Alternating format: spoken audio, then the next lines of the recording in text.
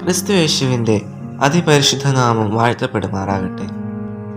ഇന്ന് വലിയ നോമ്പിൻ്റെ 36-ാം ദിനം, സമയോ ഞായർ. തുടർന്ന് ഒരാഴ്ച കൂടി പിന്നിടുമ്പോൾ നാം ഹാഷ ആഴ്ചയിലേക്ക് പ്രവേശിക്കുന്നു. തുടർന്ന് നാം അന്ത്യത്താഴത്തെയും നിന്ദ്യമായിരുന്ന ക്രൂശിൻ്റെ അനുഭവത്തെ വന്യമാക്കി തീർത്ത ക്രിസ്തുവിൻ്റെ ക്രൂശുമരണത്തെയും 3-ാം നാളിലെ ഉത്ഥാനത്തെയും ഓർക്കുന്നു. ക്രിസ്തുവിൻ്റെ രക്ഷാകര സംഭവങ്ങൾ ധ്യാനിക്കുമ്പോൾ അവ നമ്മുടെ ജീവിതത്തിൽ സ്വാധീനം ചെലുത്തുന്നുണ്ടോ? അന്ന് വരെ ഉണ്ടായിരുന്ന നമ്മൾ എന്തെങ്കിലും നല്ല മാറ്റങ്ങൾ ഉണ്ടാകുന്നുണ്ടോ എന്ന് വിലയിരുത്തണം.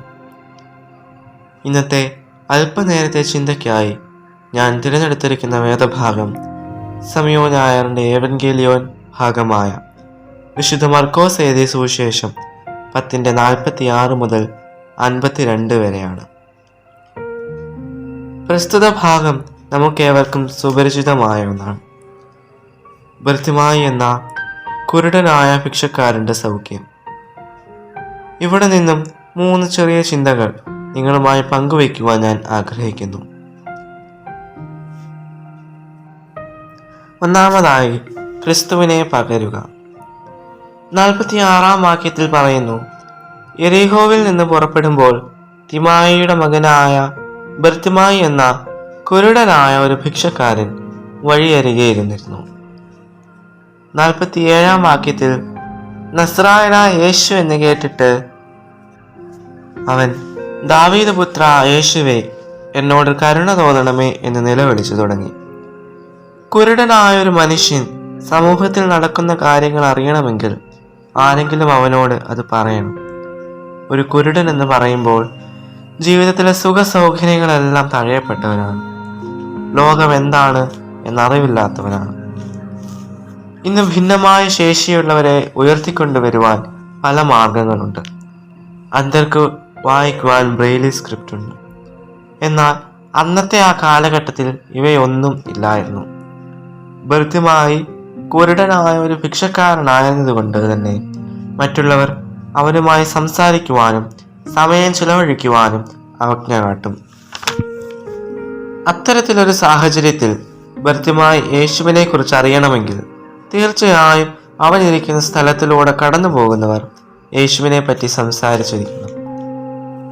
വഴിയരികിൽ നിന്നിരുന്നവർ യേശുവിനെ കുറിച്ച് ചർച്ച ചെയ്തിരിക്കണം. നാം ആയിരിക്കുന്ന സമൂഹത്തിൽ യേശുവിനെ കുറിച്ച് പറയുവാൻ നാം ശ്രമിക്കാറുണ്ടോ? ക്രിസ്തുവിനെ മറ്റുള്ളവരിലേക്ക് എത്തിക്കുവാൻ, ക്രിസ്തു സ്നേഹം പകരപ്പെടുവാൻ നമുക്ക് കഴിയാറുണ്ടോ? നമ്മുടെ ഭദ്രാസന യുവജന സഖ്യത്തിൻ്റെ പദ്ധതിയാണല്ലോ സ്നേഹാമൃതം. അതിൻ്റെ ആപ്തവാക്യം നമുക്ക് ഏവർക്കും അറിയാവുന്നതാണ്. ക്രിസ്തുവിൻ്റെ സ്നേഹം ഞങ്ങളെ നിർബന്ധിക്കുന്നു. ക്രിസ്തു സ്നേഹം പങ്കിടുവാനുള്ളൊരു മാർഗമാണത്. പ്രിയമുള്ളവരെ, നമ്മുടെ ജീവിതയാത്രയിൽ ക്രിസ്തുവിനെ സുവിശേഷിക്കുവാൻ, ക്രിസ്തു സ്നേഹം പ്രതിഫലിപ്പിക്കുവാൻ പല അവസരങ്ങളും നമുക്ക് ലഭിച്ചിട്ടുണ്ട്. അവയൊക്കെ നാം വിനിയോഗിച്ചിട്ടുണ്ടോ?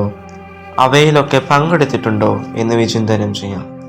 ഇല്ല എങ്കിൽ ഇനി ലഭിക്കുന്ന അവസരങ്ങൾ സൂക്ഷ്മമായി വിനിയോഗിക്കാം. 2. വിശ്വാസത്തിൽ നങ്കൂരമിടുക. വഴിയരികിലൂടെ പോകുന്നവരിൽ നിന്നുള്ള കേൾവി മാത്രമാണ് യേശുവിനെ പറ്റി ബർത്തിമായിക്കുള്ളത്. നസ്രായനായ യേശു വരുന്നു എന്ന് കേട്ടപ്പോൾ അദ്ദേഹം, ദാവീദ് പുത്ര യേശുവേ, എന്നോട് കരുണ തോന്നണമേ എന്ന് നിലവിളിക്കുന്നു. ചുറ്റുമുണ്ടായിരുന്നവർ മിണ്ടാതിരിപ്പാനായി ശാസിച്ചപ്പോഴും അവൻ, ദാവീദ് പുത്ര യേശുവേ, എന്നോട് കരുണ തോന്നണമേ എന്ന് നിലവിളിച്ച് യാചിച്ചു.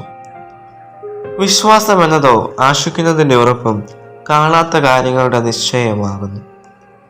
കാഴ്ചയില്ലാത്ത ബർത്തിമായിക്ക് കേട്ടറിവുകൾ മാത്രമുള്ള യേശുവിനോട് നിലവിളിച്ച് യാചിക്കണമെങ്കിൽ അവന്റെ വിശ്വാസം ഒട്ടും ചെറുതല്ല. സംശയിക്കാതെ ദൈവത്തിൽ വിശ്വസിച്ച് മുന്നേറുവാൻ നമുക്ക് സാധ്യമാകണം. 3. ജീവിപ്പിക്കുന്ന ചില സമീപനങ്ങൾ. കർത്താവ് ബർത്തിമായിയോട് ചോദിക്കുന്ന ചോദ്യമാണ് 10:51. ഞാൻ നിനക്ക് എന്ത് ചെയ്തു തരണമെന്ന് നീ ആഗ്രഹിക്കുന്നു? ഈ ചോദ്യം ബർത്തിമായിക്ക് ഒരു പുത്തൻ പ്രതീക്ഷയാണ്, ശക്തിയാണ്. നമ്മുടെ ചോദ്യങ്ങൾ മറ്റുള്ളവരെ വേദനിപ്പിക്കുന്നതാണോ, കുത്തി മുറിവേൽപ്പിക്കുന്നതാണോ, അസ്വസ്ഥപ്പെടുത്തുന്നതാണോ, അതോ ജീവിക്കാൻ കരുത്തേകുന്നതാണോ? ഹൃദയം കീഴടക്കിയ സംഭാഷണം ആണ് യേശുവിൻ്റേത്. നമ്മുടെ വർത്തമാനങ്ങൾ ഹൃദയം കീഴടക്കുന്ന, ആശ്വാസം പകരുന്ന ഒന്നായി തീരട്ടെ. ഈ പ്രഭാതത്തിൽ ഞാൻ നിങ്ങളുമായി 3 ചിന്തകളാണ് പങ്കിട്ടത്. 1. ക്രിസ്തുവിനെ പകരുക. 2. വിശ്വാസത്തിൽ നങ്കൂരമിടുക. 3. ജീവിപ്പിക്കുന്ന ചില സമീപനങ്ങൾ. ഈ നോമ്പ് കാലം രക്ഷാകരമായ സ്ലീബായെ വഹിച്ചുകൊണ്ട് ക്രിസ്തു സ്നേഹം പകർന്ന് വിശ്വാസത്തിൽ ഉറച്ച് മറ്റുള്ളവർക്ക് ശക്തി പകരുന്ന സമീപനങ്ങൾ നടത്തി മുന്നേറുവാൻ ദൈവം നമ്മെ ഏവരെയും സഹായിക്കട്ടെ.